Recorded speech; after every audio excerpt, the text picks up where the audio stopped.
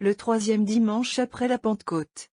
C'est aujourd'hui qu'a lieu la seconde procession du Saint-Sacrement dans la plupart des églises de France, de même que la première s'était célébrée au dimanche précédent. La coutume est aussi dans plusieurs lieux de chanter en ce même jour, avec mémoire du dimanche, la messe solennelle du Sacré-Cœur, à laquelle beaucoup de fidèles ne pourraient assister le jour même de la fête. Nous terminerons donc ce volume, en y insérant la messe du 3 degrés dimanche après la Pentecôte, qui se rattache encore pour ces raisons au fait que nous venons de parcourir. La messe du Sacré-Cœur se trouve ci-dessus, pages 5 au 6. Dans les églises où elle se chante aujourd'hui, on ajoutera, comme mémoire, les oraisons ci-dessous du dimanche. À la messe. L'âme fidèle a vu se clore dans la Sainte Liturgie la succession des mystères du Sauveur. L'Esprit Saint est descendu pour la soutenir dans cette autre partie de la carrière, où ne se déroulera plus devant elle que la féconde simplicité de la vie chrétienne. Il l'instruit et la forme sur les données du Maître divin remontées dans les deux. Et d'abord il lui montre à prier. Car la prière, disait le Seigneur, doit être de tous les jours et de tous les instants. Et cependant, nous ne savons ni ce qu'il faut demander, ni comment il convient de le faire. Mais celui-là le sait, qui aide notre faiblesse, et demande en nous et pour nous par des gémissements inénarrables. La prière donc, appuyée sur l'humble repentir des fautes passées et la confiance dans les miséricordes infinies, respire dans l'introïte et toute cette messe du 3 degrés dimanche après la Pentecôte, le premier qui se présente à nous en dehors des fêtes et dans toute la simplicité de l'office du temps. Introïte. Regardez-moi d'un œil favorable et ayez pitié de moi, Seigneur, parce que je suis pauvre et délaissé. Voyez mon humiliation et ma peine, pardonnez-moi tous mes péchés, ô mon Dieu. PS. Vers vous, Seigneur, j'ai levé mon âme, mon Dieu, j'ai confiance en vous, je n'aurai point à rougir. Gloire au Père. Regardez-moi. Collecte. Protecteur de ceux qui espèrent en vous, ô Dieu, sans qui rien n'est solide, rien n'est saint. Multipliez sur nous les effets de votre miséricorde, afin que, sous votre loi et votre conduite, nous puissions traverser les biens du temps sans perdre ceux de l'éternité. Par Jésus-Christ notre Seigneur. Deuxième collecte. Préservez-nous, s'il vous plaît, Seigneur, de tous les périls de l'âme et du corps. Et vous laissant fléchir par l'intercession de la bienheureuse et glorieuse Mère de Dieu, Marie toujours Vierge, du bienheureux Joseph, de vos bienheureux apôtres Pierre et Paul, du bienheureux N. On nomme ici le saint titulaire de l'Église, et de tous les saints, accordez-nous dans votre bonté le salut et la paix, afin que toutes les erreurs et les adversités étant écartées, votre Église vous serve dans une liberté tranquille. Le prêtre ajoute une troisième collecte, à son choix. Épître lecture de l'épître du bienheureux Pierre, apôtre. Chapitre 5. Mes bien-aimés, humiliez-vous sous la puissante main de Dieu, pour qu'il vous exalte au temps de sa visite. Jetez en lui toutes vos sollicitudes, parce que lui-même prend soin de vous. Soyez sobre et vigilants. Car votre adversaire le diable tourne autour de vous comme un lion rugissant, cherchant qui il pourra dévorer. Résistez-lui fort dans la foi, sachant que les mêmes épreuves arrivent à vos frères qui sont dans le monde. Mais le Dieu de toute grâce qui nous a appelés à sa gloire éternelle dans le Christ Jésus, après un peu de souffrance, vous redressera lui-même pour jamais dans sa stabilité inébranlable. À lui la gloire et l'empire dans les siècles des siècles. Amen. Les misères de cette vie sont l'épreuve que Dieu fait subir à ses soldats, pour les juger et les classer dans l'autre selon leur valeur. Aussi tous, en ce monde, ont leur part de souffrance. Le concours est ouvert, le combat engagé. L'arbitre des jeux regarde et compare, bientôt il prononcera sur les mérites divers des combattants, et les appellera du labeur de l'arène au repos du trône où il siège lui-même. Heureux alors ceux qui, reconnaissant la main de Dieu dans l'épreuve, se seront abaissés sous cette main puissante avec amour et confiance. Contre ces âmes fortes dans la foi, le lion rugissant n'aura pu prévaloir. Sobres et vigilantes dans cette carrière de leur pèlerinage, sans se poser en victime, sachant bien que tout souffre ici-bas, elles auront uni joyeusement leur souffrance à celle du Christ, et elles tressailliront dans la manifestation éternelle de sa gloire qui sera aussi leur partage pour les siècles sans fin. Le graduel continue d'exciter la confiance de l'âme fidèle. Qu'elle jette tout souci dans le sein du Seigneur, ne l'a-t-il pas toujours exaucé dans ses besoins pressants? Il la vengera, au jour marqué, de tous ses ennemis. Graduel. Jette tes pensées dans le Seigneur, et lui-même te nourrira. Lorsque je criais au Seigneur, il a exaucé ma voix contre ceux qui m'assiègent. Alléluia, Alléluia. V. Le Dieu juste juge est fort et patient, sa colère éclate-t-elle donc tous les jours? Alléluia. Évangile. La suite du Saint-Évangile selon saint Luc. Chapitre 15. En ce temps-là, les publicains et les pécheurs s'approchaient de Jésus pour l'entendre. Or les pharisiens et les scribes en murmuraient, disant, « Cet homme reçoit les pécheurs et mange avec eux. » Et il leur dit cette parabole, « Quel est l'homme d'entre vous qui, ayant 100 brebis et venant à perdre l'une d'entre elles, ne laisse pas les 99 dans le désert, pour aller à celle qui s'est perdue, jusqu'à ce qu'il l'a retrouvée et lorsqu'il l'a trouvée, il la met plein de joie sur ses épaules.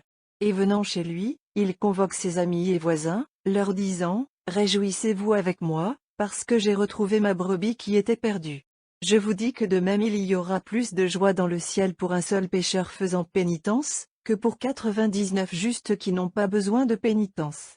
Ou quelle est la femme qui, ayant 10 drachmes et venant à en perdre une, n'allume pas sa lampe, balayant la maison et cherchant avec grand soin, jusqu'à ce qu'elle la retrouve. Et lorsqu'elle l'a trouvée, elle convoque ses amis et ses voisines, disant, « Réjouissez-vous avec moi, parce que j'ai trouvé la drachme que j'avais perdue. » Ainsi, je vous le dis, sera la joie dans l'assemblée des anges de Dieu pour un seul pécheur faisant pénitence. Cette parabole de la brebis rapportée au bercail sur les épaules du pasteur était chère aux premiers chrétiens. On la rencontre partout dans les monuments figures des premiers siècles. En même temps qu'elle continue d'affermir notre confiance dans la miséricorde infinie, elle nous rappelle ineffablement le Seigneur Jésus qui naguère rentrait triomphalement dans les cieux, portant avec lui l'humanité perdue et reconquise. Car quel est ce pasteur de notre parabole, s'écrie saint Ambroise, sinon le Christ qui te porte en son corps et a pris sur lui tes péchés. Cette brebis est une par le genre, non par le nombre. Riche pasteur, dont nous tous formons la 100e partie du troupeau. Car il a les anges, il a les archanges, les dominations, les puissances, les trônes, et le reste, innombrables troupeaux qu'il a laissés sur les montagnes, pour courir après la brebis perdue. Mais c'est à saint Grégoire que l'Église demandait aujourd'hui, dans l'office de la nuit, le commentaire de l'Évangile. La suite de l'homélie qu'elle lui emprunte complète l'enseignement, par l'explication de la parabole de la femme et des 10 drachmes. Celui qui est signifié par le pasteur, dit saint Grégoire le Grand, l'est aussi par la femme. Car il est Dieu, et il est la sagesse de Dieu. Et parce que l'image du prince est requise sur la drachme, la femme, mulier, 2, a perdu sa drachme, lorsque l'homme, créé à l'image de Dieu, s'est éloigné par le péché de la ressemblance de son Créateur. Mais la femme allume sa lampe, la divine sagesse apparaît dans l'humanité. Lampe en effet dit lumière dans un vase d'argile. Et la lumière dans l'argile, c'est la divinité dans la chair. De cette argile de son corps, la sagesse dit elle-même, ma force a séché comme l'argile.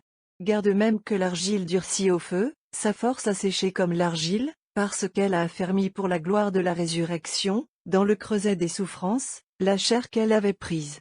Ayant donc retrouvé la drachme perdue, elle convoque ses amis et ses voisines, disant, « Réjouissez-vous avec moi, car j'ai retrouvé la drachme que j'avais perdue. » Quels sont ses amis sinon les célestes puissances, d'autant plus voisines de la sagesse éternelle, qu'elles s'en approchent dans la gloire d'une vision sans fin. Mais nous ne devons pas négliger de rechercher pourquoi cette femme, qui figure l'éternelle sagesse, a 10 drachmes, dont elle retrouve l'une, après l'avoir perdue. Il faut donc savoir que le Seigneur a créé, pour le connaître éternellement, la nature des anges et des hommes, et qu'il a fait cette double nature à son image. La femme en conséquence eut 10 drachmes. Car 9 est le chiffre des cœurs des anges, et l'homme fut créé 10e pour parfaire le nombre des élus. Séparé de son Créateur, il ne fut point perdu sans retour, parce que la divine sagesse, revêtant chair, fit briller à ses yeux sa douce lumière à travers l'argile. L'offertoire est un épanchement de reconnaissance et d'amour pour le Dieu qui habite en Sion, il n'abandonne point ceux qui le cherchent, il n'a point oublié la prière du pauvre. Offertoire. Que tous ceux qui connaissent votre nom espèrent en vous, ô Seigneur. Car vous n'abandonnez point ceux qui vous cherchent. Chantez au Seigneur qui habite en Sion. Car il n'a point oublié la prière des pauvres. Secrète. Regardez favorablement, Seigneur, les dons de l'Église qui vous prie. Et accordez-lui, pour le salut des croyants, l'aliment de l'éternelle sanctification. Par Jésus-Christ notre Seigneur. Deuxième secrète. Exaucez-nous, ô Dieu notre Sauveur, et par la vertu de ce sacrement, défendez-nous de tous les ennemis de l'âme et du corps, nous accordant votre grâce en cette vie et votre gloire en l'autre. Le prêtre ajoute une troisième secrète, à son choix. L'antienne de la communion rappelle, non sans mystère, le miséricordieux enseignement de l'évangile du jour, au moment où la sagesse éternelle rentre pleinement en possession de la drachme perdue, dans le banquet préparé par elle-même aux prodigues repentants. Communion.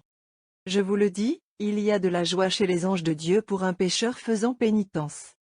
Post-communion. Que vos saints mystères reçus par nous, Seigneur, nous vivifient, et nous préparent dans la pureté pour la miséricorde éternelle. Par Jésus-Christ notre Seigneur. Deuxième post-communion. Que l'oblation du divin sacrifice nous purifie et nous protège, Seigneur, nous vous en supplions. Et, par l'intercession de la bienheureuse Vierge Marie, Mère de Dieu, du bienheureux Joseph, de vos bienheureux apôtres Pierre et Paul, du bienheureux et de tous les saints, qu'elle soit pour nous l'expiation de tous nos péchés, et la délivrance de toute adversité. Le prêtre ajoute une troisième post-communion, à son choix. À vêpres. Les psaumes, le capitule, l'hymne et le verset ci-dessus, page 98-108. Antienne 2. Magnificat. Quelle est la femme qui, ayant 10 drachmes, et venant à en perdre une, n'allume pas sa lampe, balayant la maison et cherchant avec grand soin jusqu'à ce qu'elle la retrouve. Oraison. Protecteur de ceux qui espèrent en vous, ô Dieu, sans qui rien n'est solide, rien n'est saint, multipliez sur nous les effets de votre miséricorde. Afin que, sous votre loi et votre conduite, nous puissions traverser les biens du temps sans perdre ceux de l'éternité. Par Jésus-Christ notre Seigneur. Amen. En hommage au Sacré Cœur de Jésus, dont la fête illumine encore pour ainsi dire le ciel de la Sainte Église, nous emprunterons quelques strophes de la séquence composée en son honneur par le vénérable Jean-Eudes, et revêtue de l'approbation du Saint-Siège pour le propre de sa congrégation. Séquence. Publions en des chants d'allégresse les divines louanges du cœur de Jésus. Cœur bienheureux du Roi suprême, cœur évi de la loi nouvelle, que toute langue le célèbre. Cœur admirable du Rédempteur, il réunit la terre aux cieux, miroir d'unité. Digne trône de la Trinité, plénitude de divinité, c'est le miracle de l'amour. C'est l'évangile de l'amour, l'embrasement des cœurs purs, pour Dieu sa gloire immense. Nectar du ciel qui donne la vie, manne déifiante du cœur, son amour et sa joie. Défense de la tribu sainte, guide bienveillant, guidez nos cœurs. Source de tendresse éternelle, ardente fournaise de charité, dévorez les cœurs de vos flammes. Vous êtes la maison d'or de l'amour, la tour enflammée de ceux qui aiment, la loi de feu de notre assemblée, le réservoir inépuisable de la grâce. Cœur, trésor de sainteté, abîme de l'humilité, trône de la volonté de Dieu et centre de sa clémence. Paradis pour les bienheureux, consolateur des affligés, paix et salut des pécheurs, cœur qui pour tous êtes toutes choses. Ô cœur, bonté souveraine, munificence immense, charité incompréhensible, du cœur vraie félicité, montrez-vous tel à ceux qui prient. Faites, ô Jésus, que dans nos mœurs devenues saintes nous imitions de votre cœur la charité de flamme, la divine piété, la sainteté souveraine. Bienheureuse Trinité, du cœur de Jésus l'amour, qu'à l'immensité de votre clémence soit rendue grâce immense, qu'immense aussi soit votre gloire, que toute créature dise Amen à nos vœux. Amen. Alléluia. Enfin, terminant ce volume comme nous l'avons commencé, à la gloire de la Trinité souveraine, il convient de placer ici le répond que la Sainte Liturgie ramènera désormais chaque dimanche jusqu'à l'avant dans l'office de la nuit. Nous le ferons suivre de l'antique acclamation dont la date remonte au-delà de l'âge de la paix vers les temps apostoliques, et que redisent encore les églises de l'Orient et la famille bénédictine. Répond. R.2 Séraphins criaient l'un à l'autre, Saint, Saint, Saint le Seigneur, le Dieu des armées. Toute la terre est remplie de sa gloire. V. Il y en a trois au ciel qui rendent témoignage. Le Père, le Verbe et le Saint-Esprit, et ces trois sont une même chose. Saint, Saint, Saint le Seigneur, le Dieu des armées. Gloire au Père, et au Fils, et au Saint-Esprit. Toute la terre est remplie de sa gloire. Hymne. Te dicelos. Te dice hymnu. Tibi gloria Deo Patri, et Filio cum Sancto Spiritu. In secula saeculorum. Amen. À vous convient la louange, à vous nos chants, à vous la gloire, Dieu Père et Fils avec le Saint-Esprit, dans les siècles des siècles. Amen.